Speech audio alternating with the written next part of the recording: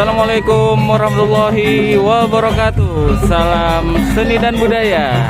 Siang hari ini saya berada di Desa Pegagan, Kabupaten Pamekasan. Daul Bentar Alam. Di hadapan saya lagi main di acara arak-arakan manten. Ini acara yang sangat unik.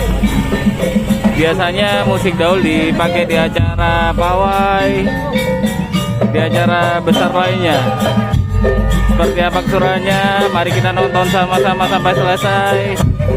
Yang baru bergabung, baru nonton, jangan lupa klik tombol subscribe-nya, klik tombol loncengnya. Silahkan juga berkomentar dan bagikan. Terima kasih. Wassalamualaikum warahmatullahi wabarakatuh.